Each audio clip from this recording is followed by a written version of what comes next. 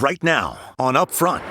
The battleground. And you know, we won your state by a lot. President Trump back in Wisconsin, the first time since winning a second term, and the administration headed straight to the 3rd Congressional. I'm very grateful to Congressman Orton. 5 months from the midterms, this Sunday, on the ground inside the presidential stop in Chippewa Falls. A lot of people wearing these red hats around. In our new interview with the chair of Eau Claire County's Republican Party. New fallout. I'm sure she's got people wrapped around her finger. The failed tax relief deal. The calls from Assembly Speaker Robin Vos right here to return to the Capitol. Let's put some pressure on these politicians to get it done. Now the fierce reaction and the governor again targeting Senate Democrats. Did you collectively as Senate Democrats make the right decision on this? Plus, WisPolitics' J.R. Ross with his latest reporting.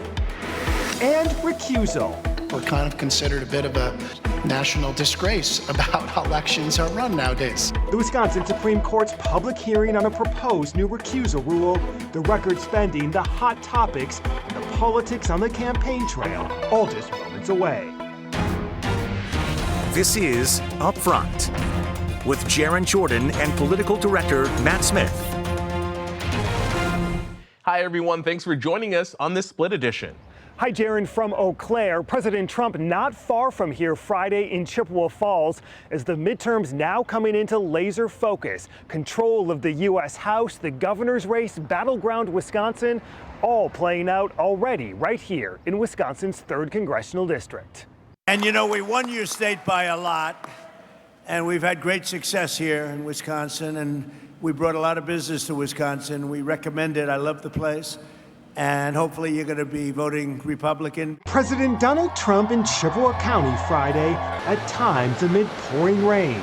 His first trip back to Wisconsin since the 2024 election, and the attention immediately turning to the midterms and control of Congress. Wisconsin, for me, has been just a great place. You know, it's known as difficult. It's difficult. You got to be good to win. But we won here, as you know. We won it a lot.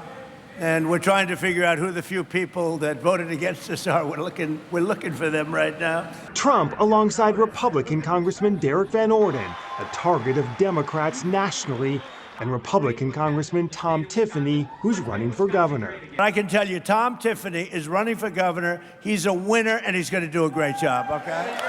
Right? The president hosting a roundtable on farming amid the growing tensions with Iran and high fuel prices nationwide. We were having record stuff, and then we had to put out a fire. We had to extinguish a nuclear weapon, this was going to be a very capable country that was going to have a massive nuclear presence, and we weren't going to let that happen. Nobody wanted that to happen.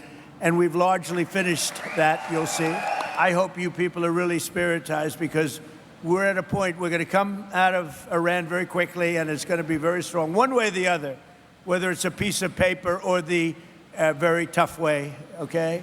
The very tough way is maybe the easier way, but we're going to come out, and your fertilizer prices are going to go way down, just like they were 4 months ago. The attention on Wisconsin intensified. Earlier in the week, Health and Human Services Secretary Robert F. Kennedy Jr. alongside Van Orden in Dunn County at a local dairy farm. I'm very grateful to Congressman Orton and to the Gilberts for hosting this event. I wanted to come out here at the beginning of Dairy Month to talk about President Trump's priority of saving the American farmer and revitalizing rural America. Trump's visit comes amid a new national Marquette Law School poll showing the president's approval rating nationwide at 38% and his handling of the economy down to 30%. But the president's grip on the Republican Party remains strong. 71% of Republicans nationally said they'd vote for a primary candidate endorsed by Trump.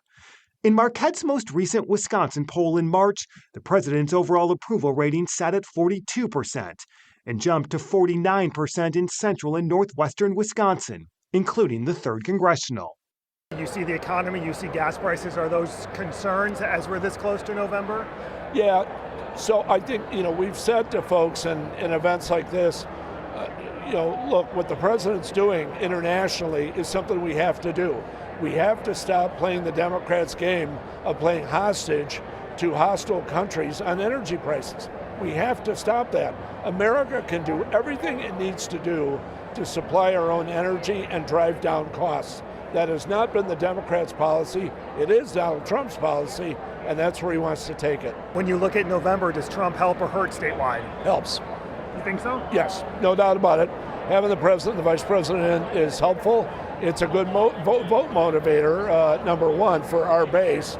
And, if there's criticism out there, it's that a lot of times our folks don't necessarily get out in some of the off years. So to have him here and motivating people is great. When asked about the Make America Great Again movement, 78% of Wisconsin Republicans said they had a favorable view, but just 17% of independent voters said the same. In 2024, Trump won the 3rd Congressional District 53 to 45%. Van Orden performed slightly under that, winning 51 to 49. Fred Kappas is chairman of the Republican Party of Eau Claire County. How strong is the president's support among Republicans in this part of the state? Oh, it's very strong. Yeah. Very strong. A lot of people wearing these red hats around Still here. wearing them around. Yeah. And when I'm out at Menards or Quick Trip or whatever, I get more of these than I do these. And you wear that around, I'm assuming, a fair amount. Daily. Yeah.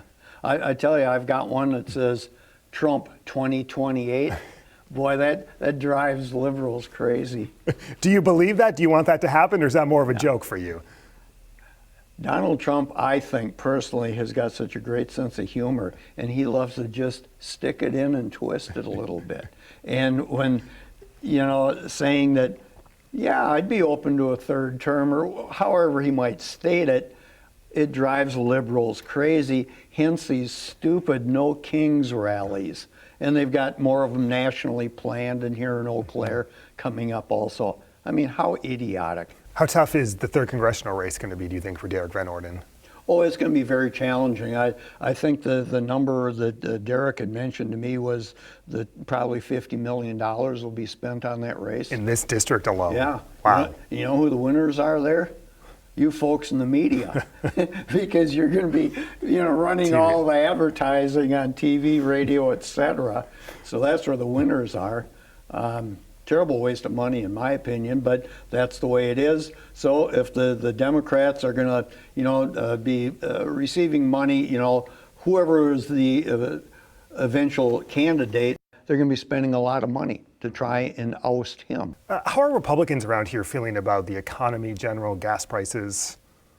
Well, nobody likes to pay higher gas prices if you can pay them lower. Well, now because of the necessary military action in Iran to prevent those people from having a nuclear weapon, using it on Israel, maybe their other neighbors, and the U.S. if they could reach it with their missiles.